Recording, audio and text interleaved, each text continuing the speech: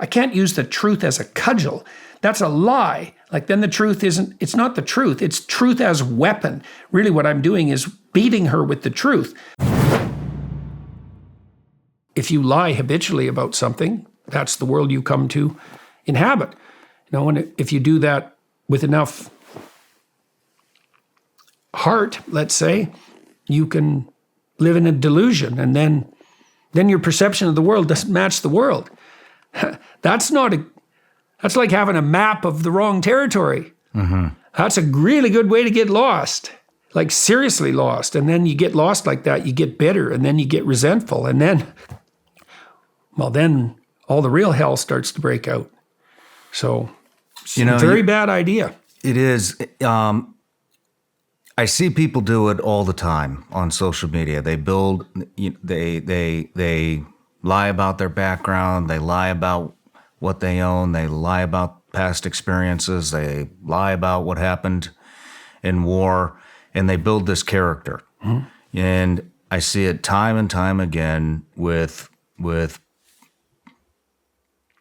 I would say more than not the social media phenomenons, right? And you think social media facilitates that?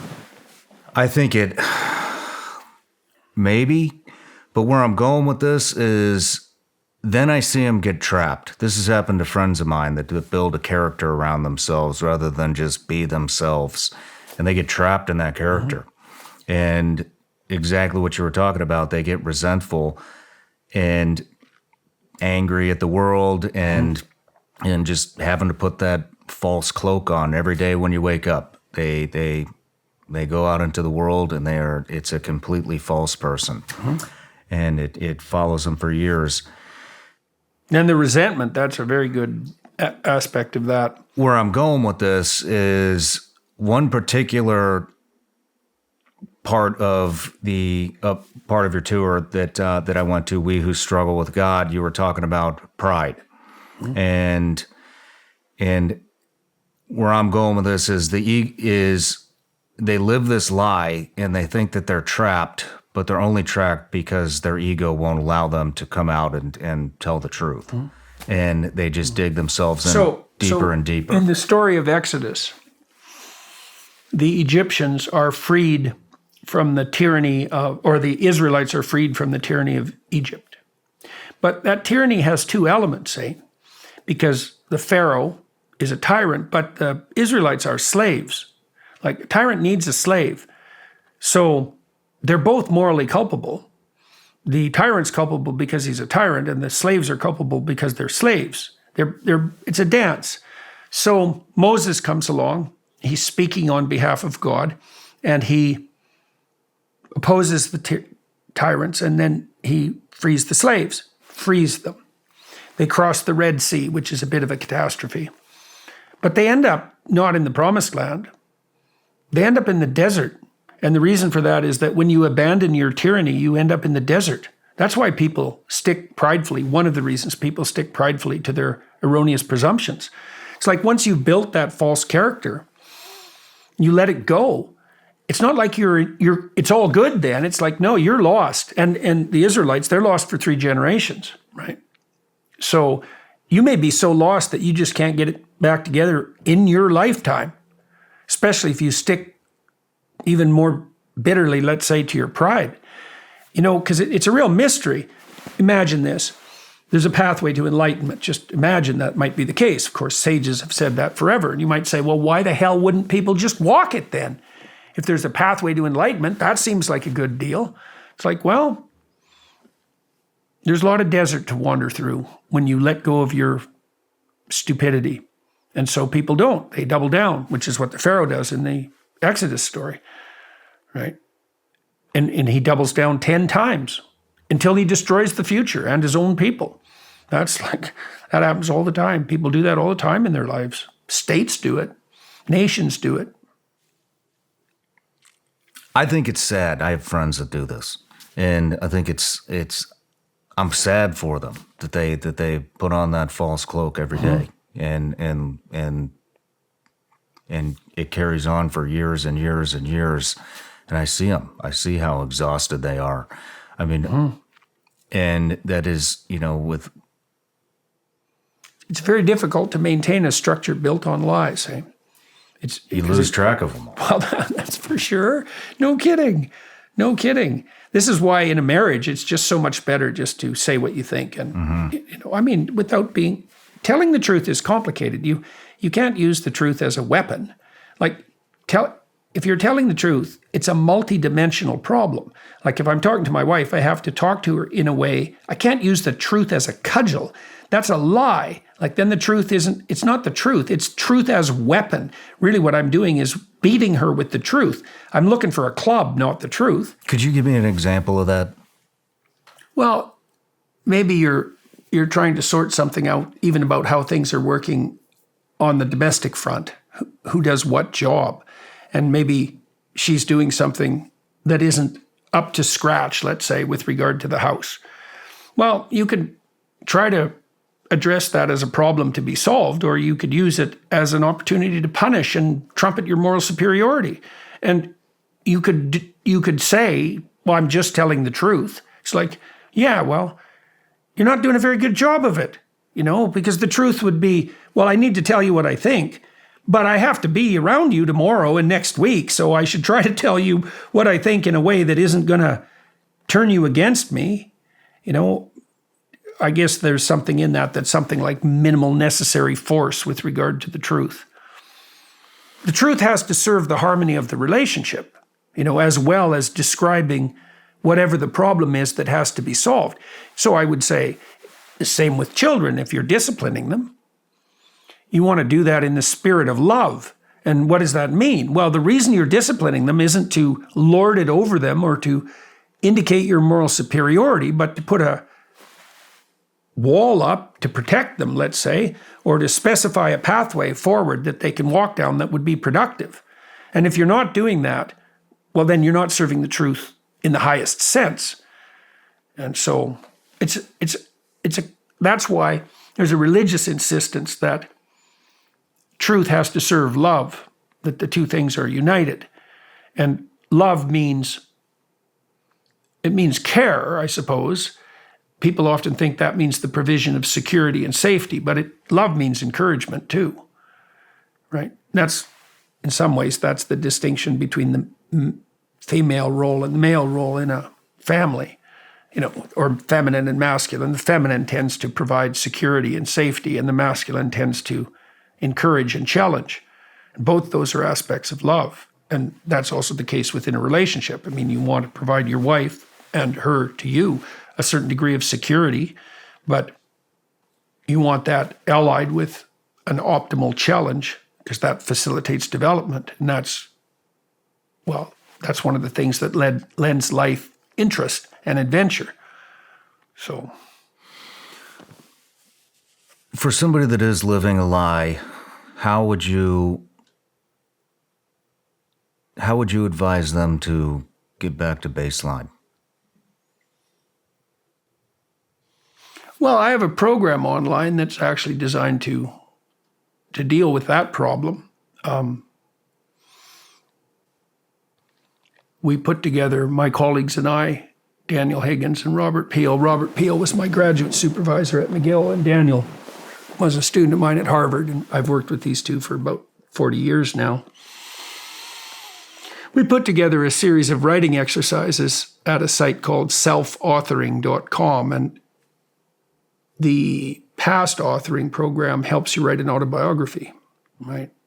Break your life into 7 epochs, identify the events of emotional significance during those times, positive and negative, tell the story of your life, write it down as honestly as you possibly can.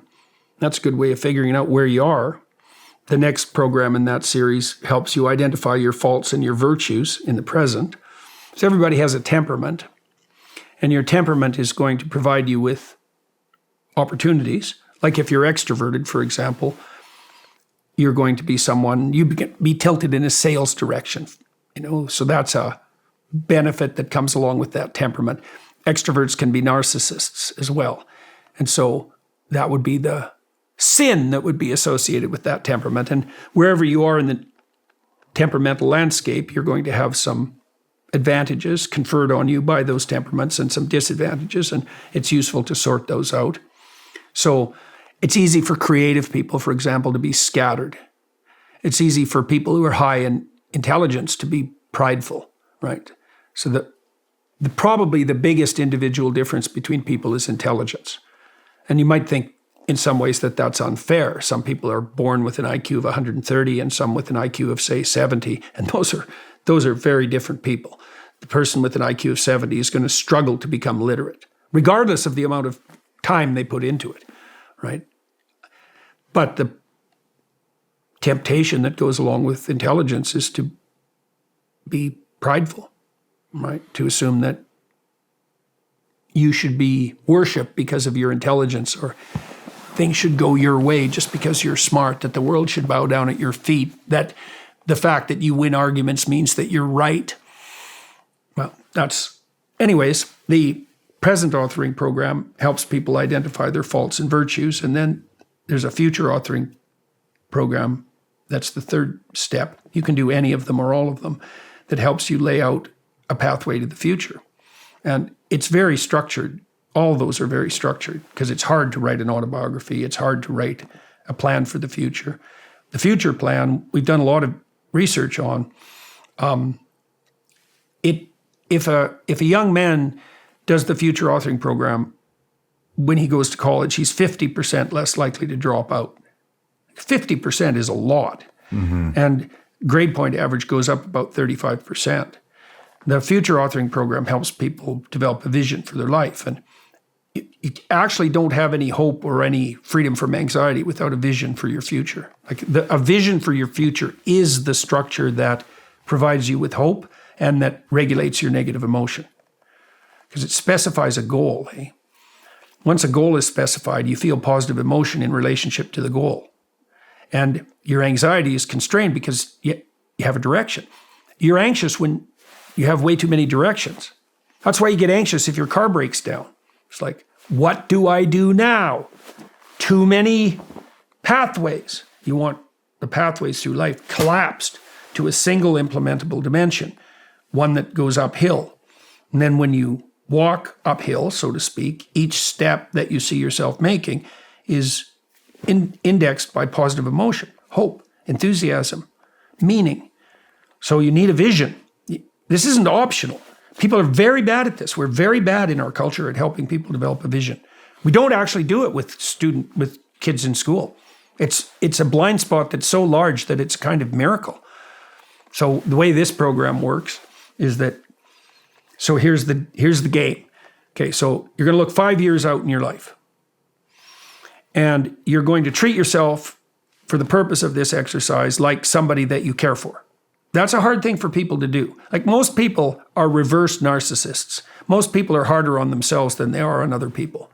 That isn't always the case. There are narcissistic people, but most people are harder on themselves than they are on other people. And they don't really believe that it would be just or good if they were successful and not miserable. Because they know their sins, they know the ways they've wandered off the path, they carry a lot of guilt with them, and so they don't really believe that they deserve anything good. That's a depressive temperament when it really gets out of control. So you have to put yourself in a position where you treat yourself like someone you care for. Okay, so get in that frame of mind. All right, now here's the deal. You can have what you want and need within the bounds of reason in 5 years. But you have to specify it. So if you could have what you wanted and needed that would satisfy you, what would that be? Well, that's a complicated question. People have a hard time answering that, right? But we break it down for them too. It's like, well, if you had the family you wanted, your siblings, your parents, your wife, your kids, what would that look like in some detail? Dream a bit. Like, if you could have what you wanted, what would it look like? With your friends, same thing. You have the friends you want. People who are happy when good things happen to you and commiserate with you when bad things happen to you, and that you can walk side by side with and that are on your side. People don't even understand that they can choose their friends, and that they have a moral obligation to do so. What would your career look like? How would you educate yourself? How would you take care of yourself mentally and physically?